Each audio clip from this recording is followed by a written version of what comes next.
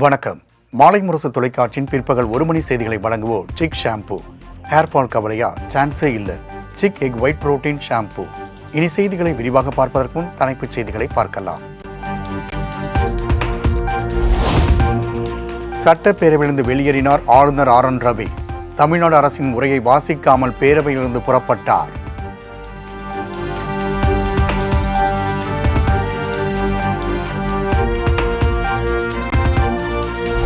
தமிழக சட்டப்பேரவையில் தேசிய கீதம் அவமதிக்கப்பட்டுள்ளதாக ஆளுநர் மாளிகை விளக்கம். சமூக வலைதளத்தில் பதிவிட்ட பதிவை சிறிது நேரத்தில் நீக்கிவிட்டு மீண்டும் பதிவிட்ட ஆளுநர் மாளிகை.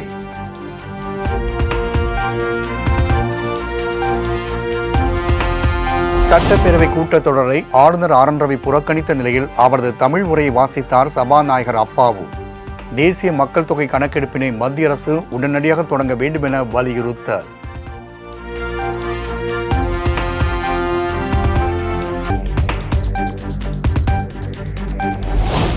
ஆதி திராவிடர் மற்றும் பழங்குடியின மக்களின் வாழ்வாதாரத்தை மேம்படுத்த பல்வேறு நடவடிக்கைகளை தமிழக அரசு எடுத்து வருகிறது. வறுமையை முற்றிலுமாக ஒழிக்க முதலமைச்சரின் தாயுமானவர் திட்டம் தொடங்கப்பட்டுள்ளதாகவும் சபாநாயகர் அப்பாவு பேச்சு.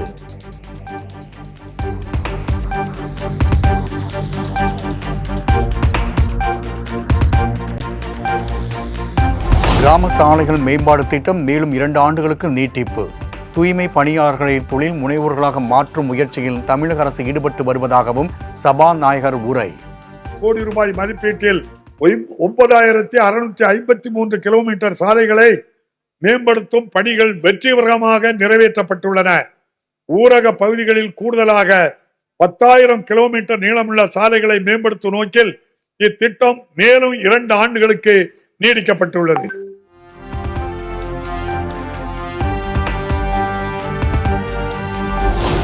₹10 லட்சம் கோடி மேலாக இதுவரை முதலீடுகளை ஈர்த்துள்ளது தமிழ்நாடு. முதலீடுகள் மூலம் சமமான பரவலான வளர்ச்சி கொண்டு வரப்பட்டுள்ளதாகவும் சபாநாயகர் பேச்சு. மாண்புமிகு முதலமைச்சர் அவர்கள் மேற்கொண்ட அமெரிக்க பயணம் பெரும் வெற்றியடைந்துள்ளது. அதற்கு முத்தாய்ப்பாக போர்டு நிறுவனம் மீண்டும் சென்னையில் தனது உற்பத்தியை தொடங்குவதற்கான அறிவிப்பையும் வெளியிட்டுள்ளது. நமது அரசின் அயராத முயற்சியால் 2021 ஆண்டு முதல் இதுவரை 10 லட்சம் கோடி ரூபாய்க்கும் மேலான தனியார் முதலீட்டு திட்டங்கள் உறுதி செய்யப்பட்டுள்ளன.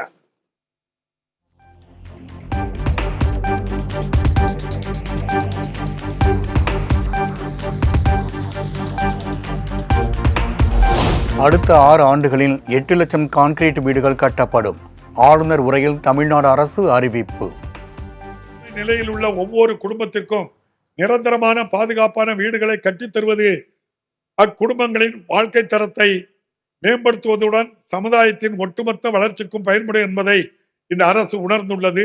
அதன்படி 2024-25 ஆண்டு தொடங்கி அடுத்த 6 ஆண்டுகளில் தலா 3,50,000 ரூபாய் மதிப்பீட்டில் கிராமப்புறங்களில் 8 லட்சம் கான்கிரீட் வீடுகளை கட்டித்தர வேண்டும் என்ற குறிக்கோளுடன் கலைஞரின் கனவு இல்லம் என்ற திட்டத்தை அரசு அறிமுகப்படுத்தியுள்ளது.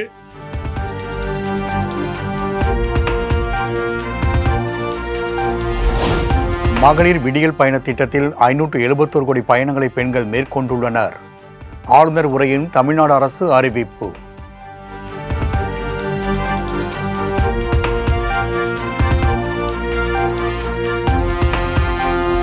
மூன்று ஆண்டுகளில் 2322 கோவில்களில் திருப்பணி நிறைவுற்று குடமுழுக்கு நடந்துள்ளது.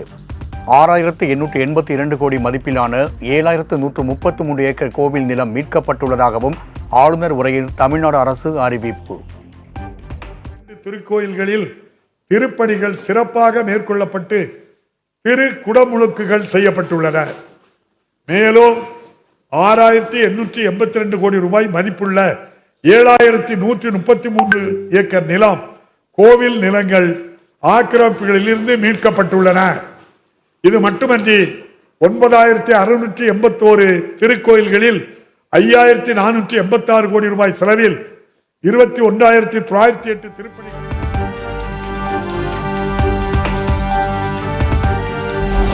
ஜனவரி 11 வரை சட்டப்பேரவை கூட்டம் நடைபெறும் என சபாநாயகர் அப்பாவு அறிவிப்பு. ஜனவரி 8, 9, 10 ஆகிய தேதிகளில் ஆளுநர் உரைக்கு நன்றி தெரிவிக்கும் தீர்மானம் மீது விவாதம் நடைபெறும் என்றும் பேட்டி.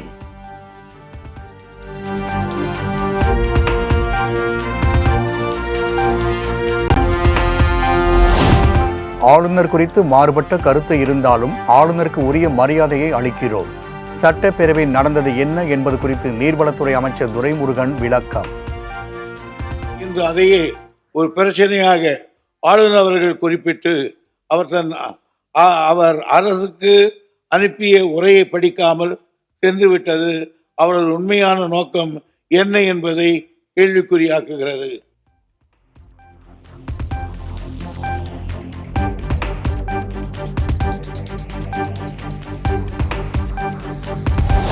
மாணவி வன்கொடுமை விவகாரத்தில் கையில் பதாகை ஏந்தியபடி அவையில் அரசுக்கு எதிராக அதிமுகவினர் போராட்டம்.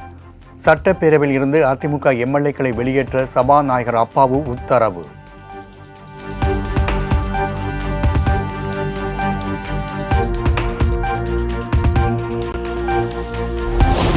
அதிமுக எம்எல்ஏக்கள் சட்டையில் யார் அந்த சார் என்ற வாசகம் இடம்பெற்றிருந்ததால் பரபரப்பு. அண்ணா பல்கலை மாணவி பாலியல் வன்கொடுமையை முன்வைத்து யார் அந்த சார் என கேள்வி.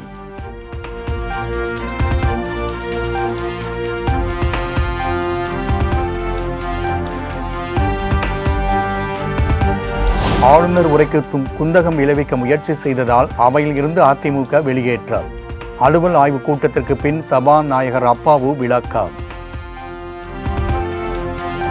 என்கிட்ட கேட்காம எதையும் போடாங்க, என்ன நடந்துன்னே தெரியாது. அங்கே உள்ளுகளை அவங்கள பேசக்கும் யாருக்கும் நம்ம வாய்ப்பு கொடுக்கல.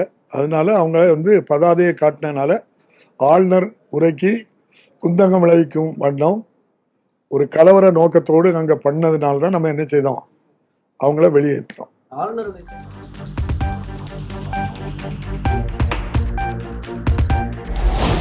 சட்டப்பேரவை கூட்டத்தொடரில் பங்கேற்காமல் பாமக, பாஜக சட்டமன்ற உறுப்பினர்கள் வெளிநடப்பு.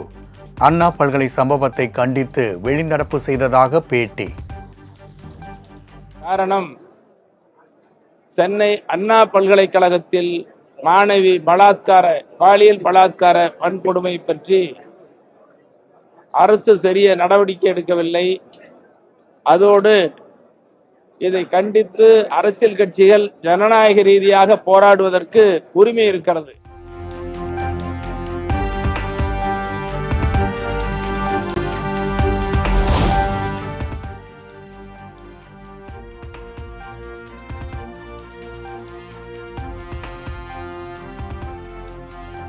கருப்பை கண்டால் முதலமைச்சர் மு க ஸ்டாலின் ஏன் இவ்வளவு அச்சப்படுகிறார் என எதிர்க்கட்சித் தலைவர் எடப்பாடி பழனிசாமி கேள்வி. முதலமைச்சர் நிகழ்ச்சியில் மாணவியின் கருப்பு துப்பட்டாவை பெற்றுக்கொண்டு அனுப்பியது தொடர்பாக விமர்சனம். கருப்பை கண்டால் ஏன் இவ்வளவு அச்சப்படுகிறார், ஏன் இவ்வளவு அதிர்ச்சிக்கு உள்ளாகிறார்? அந்த கருப்பு துப்பட்டாவை மேலே அணிந்து வந்தால் அந்த மாணவியை எடுத்து கருப்பு கொடியாக பயன்படுத்த அச்சம் ஏதோ இருப்பதை போல்தான் கருத வேண்டிய ஒரு சூழ்நிலை இருக்கிறது.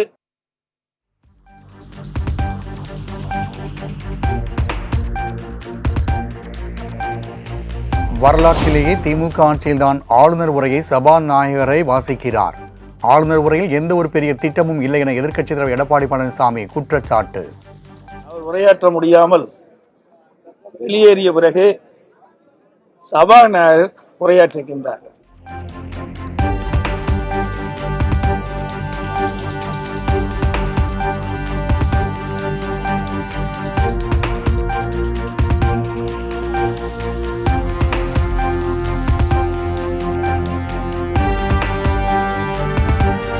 சட்டமன்ற உரையை தவிர்க்க வேண்டும் என்ற திட்டத்தோடு ஆளுநர் வருகை தந்ததாக திருமாவளவன் குற்றச்சாட்டு. ஆளுநரின் போக்கு சட்டமன்றத்தை அவமதிக்கும் செயல் எனவும் விமர்சனம். எந்த நிகழ்வாக இருந்தாலும் அரசு நிகழ்வுகளில் இறுதியாகத்தான் இசைத்து வருகிறோம் என்பதை முதலில் அவர் தெரிந்து கொள்ள வேண்டும். அதையே இன்னும் அவர் அறிந்திராமல் இருப்பது அதிர்ச்சி அளிக்கிறது. அல்லது அறிந்தும் வேண்டுமென்றே அதை பிரச்சனையாக்குவது கண்டிக்கத்தக்கது.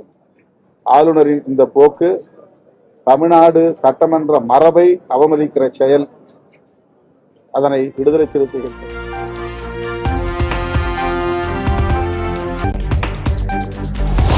அண்ணா பல்கலை விவகாரத்தை அதிமுக அரசியல் ஆதாயம் தேடும் வகையில் கையாள்வது வருத்தம் அளிப்பதாக திருமாவளவன் கருத்து. வழக்கில் ஒருவர் கைது செய்யப்பட்டு குண்டர் சட்டத்தில் போடப்பட்டுள்ளதாகவும் விளக்கம். ஏற்புடையதல்ல. சொல்ல போனால் இது பாதிக்கப்பட்ட பெண்ணுக்கு எதிரான ஒரு நடவடிக்கை. எதிர்க்கட்சிகள், அதிமுக உள்ளிட்ட சில எதிர்க்கட்சிகள் இதனை தங்களின் ஆதாய நோக்கிலே கையாளுவது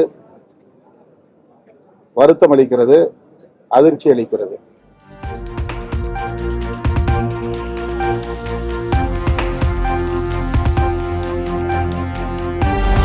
சட்டப்பேரவையில் நடந்து கொண்ட நிகழ்விற்கு ஆளுநர் மன்னிப்பு கேட்க வேண்டும் என போக்குவரத்து துறை அமைச்சர் சிவசங்கர் வலியுறுத்தல்.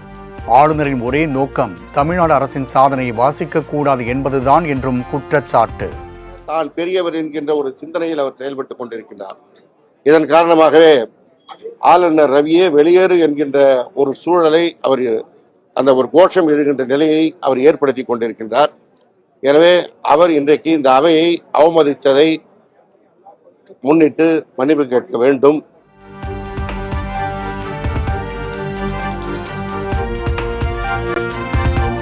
தமிழக சட்டப்பேரவையில் ஆளுநர் ஆர் என் ரவி நாடகத்தை நடத்தி சென்றுள்ளதாக அமைச்சர் சிவசங்கர் குற்றச்சாட்டு. நியமிக்கப்பட்ட ஆளுநர் என்பதை மறந்து தேர்ந்தெடுக்கப்பட்ட ஆளுநர் போல் செயல்படுவதாகவும் காட்டம். ஆளுநர் உரை தமிழ்நாடு அரசினுடைய மாண்புமிகு தமிழ்நாடு முதலமைச்சர் தளபதி அவருடைய ஆட்சியின் சாதனைகளை முழுவதுமாக விவரிக்கின்ற வகையில் இருக்கிறது. அதை படிப்பதற்கு தயங்கிக் கொண்டுதான் இன்றைக்கு இந்த நாடகத்தை நடத்தியிருக்கின்றார்.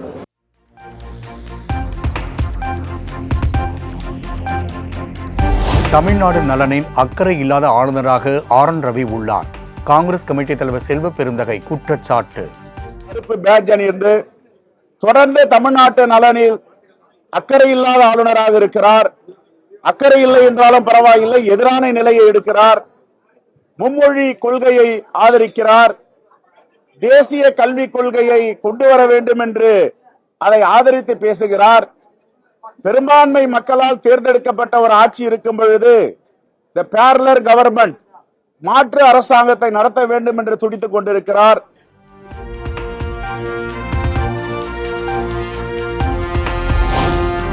தமிழ்நாட்டின் மரபுகளையும் தமிழக மக்களின் உணர்வுகளையும் ஆளுநர் புரிந்து கொள்ள வேண்டும் என அன்புமணி ராமதாஸ் வலியுறுத்தல். மக்களுக்கான கோரிக்கைகள் விவாதிக்கப்பட வேண்டிய சூழலில் திசை திருப்பும் வகையிலான இந்த செயலையும் ஏற்றுக்கொள்ள முடியாது எனவும் கருத்து.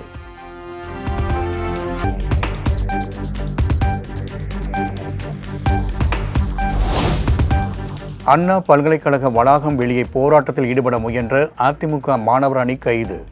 தடையை மீறி போராட முயன்றபோது காவலர்கள் தடுத்து நிறுத்தியதால் தள்ளுமுள்ளு.